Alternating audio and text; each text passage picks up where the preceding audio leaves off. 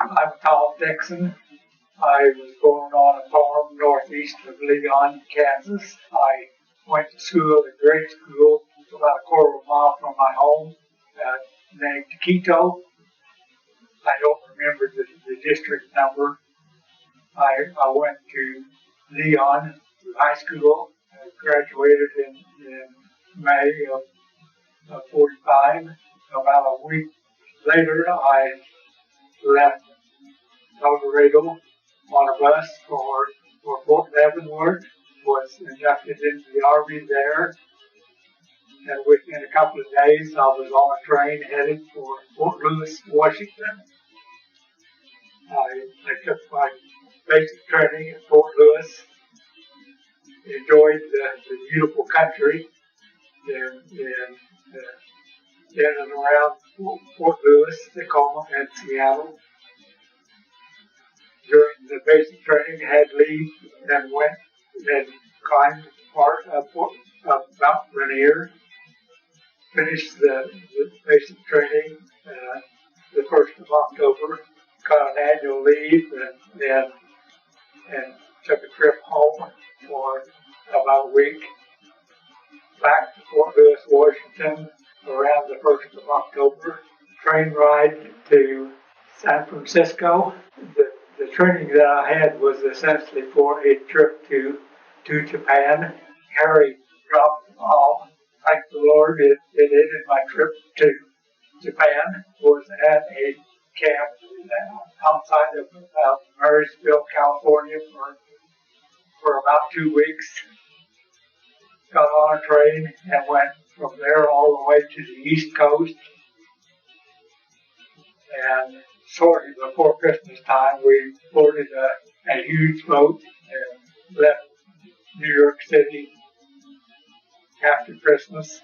Rode about the tail end of a hurricane all the way to France.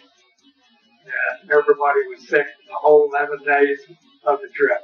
Got off the boat at the Havre, got on a French train and rode to Namur, Belgium, and we were stationed there a short time, less than 2 weeks. We got on a Army truck after the first of the year and rode from there through the German towns. The first German town was Aachen. It was totally destroyed. From there through Cologne, across the Rhine there, the 2 twin cathedrals were standing. From there we continued on to Frankfurt, and that was where I was stationed. I was a clerk in the awards and decorations section of the U.S. Army all of the time that I was there. And perhaps the only thing of real memory was that I had opportunity to process some of the paperwork for the Congressional Medal of Honor award to Audie Murphy. He really earned that award. He later on became a Western movie star. I hate to say it, that a lot of the awards that were processed on the higher up, the colonels, brigadier generals, and higher up, some of their awards I had doubts on their authenticity of value. I had difficulty with my health in Frankfurt. Frankfurt was badly destroyed. They didn't bother to remove the bodies. The plaster dust was continually a problem, and I think that was what was bothering my health issues. Anytime the wind blew, the plaster dust blew.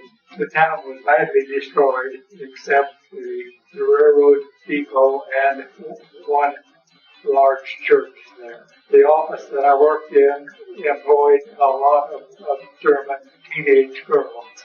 This was probably partly to help to reorient them and give them some employment. They all wanted to learn English. Some of them knew English better than I did. I had a serious tooth infection and was in the hospital when my buddy said, who worked with me in this boards and decorations unit, said, I have an opportunity to volunteer both of us to take several huge bags of documents back to Washington, D.C., and then be accept an early discharge. I told him if I can get out of the hospital in time, I'm game for it. So that was what happened. As soon as I got out, we were almost on the train to German Port City on the North Sea with the 15 bags of equipment, paper. They told us if we lost any of them, we'd never get out. So we guarded them on the North Sea. It was in October by that time, and it was cool in this boxcar on the side track.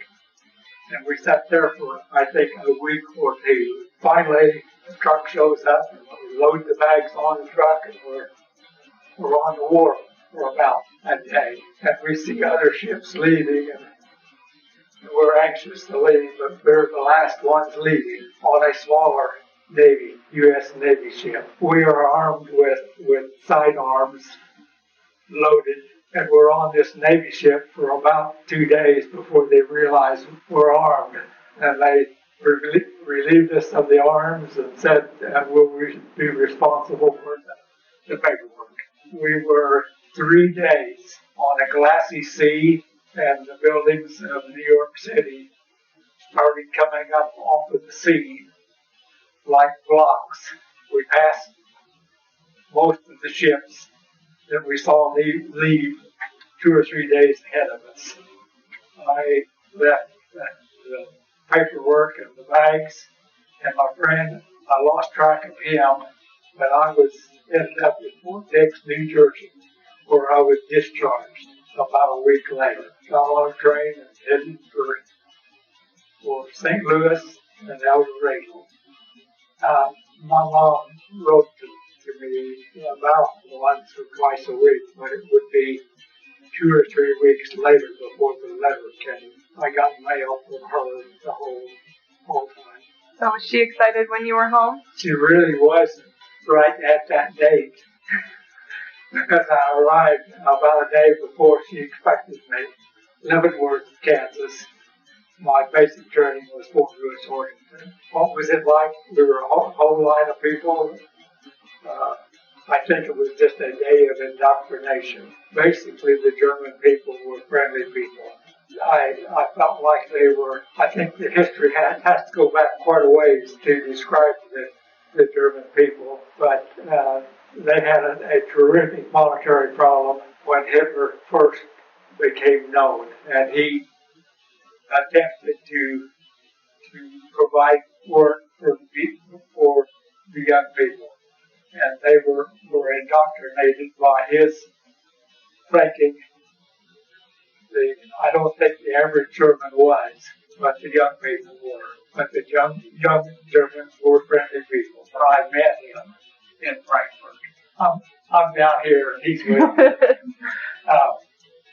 About the D-Day invasion, I was in high school at that time, and I am convinced the invasion would have been a horrible failure had it not been for the paratroopers. And this, I think, was one thing that the Germans were not aware of. The paratroopers and the gliders loaded with infantrymen that were crash-landed 25 to 50 miles from the coast. And they were the only people that saved our troops from trying to land in boats. And the hillsides were covered with concrete bunkers filled with machine guns. And it was only by their being able to cut off the supplies of the people of the Germans on the beach. So I'm convinced it was the planning of the paratroopers and these gliders, a lot of which were made in Wichita and pulled across the Atlantic. I think 2 at a time by a C-47. And the C-47, I think, is almost out of business now. It's a DC-3. It's a twin-engine tail dragger airplane. I was able to go to college. I graduated as an agricultural engineer. I worked for the Soil Conservation Service for 30 years. I retired from the Soil Conservation Service, and actually during this service in the Soil Conservation Service, I first worked out of Salina, then moved to Seneca, then moved to Eureka, Kansas, and Howard. And at Eureka and Howard, I worked as a project engineer for Upper Fall River Watershed District and with the Upper Elk River Watershed District, and retired there. And I retired to farming where I grew up, and we currently live on the farm and do some farming. We grow corn, soybeans, and wheat. We did grow alfalfa, but with small bales, it's too much work. That is my story.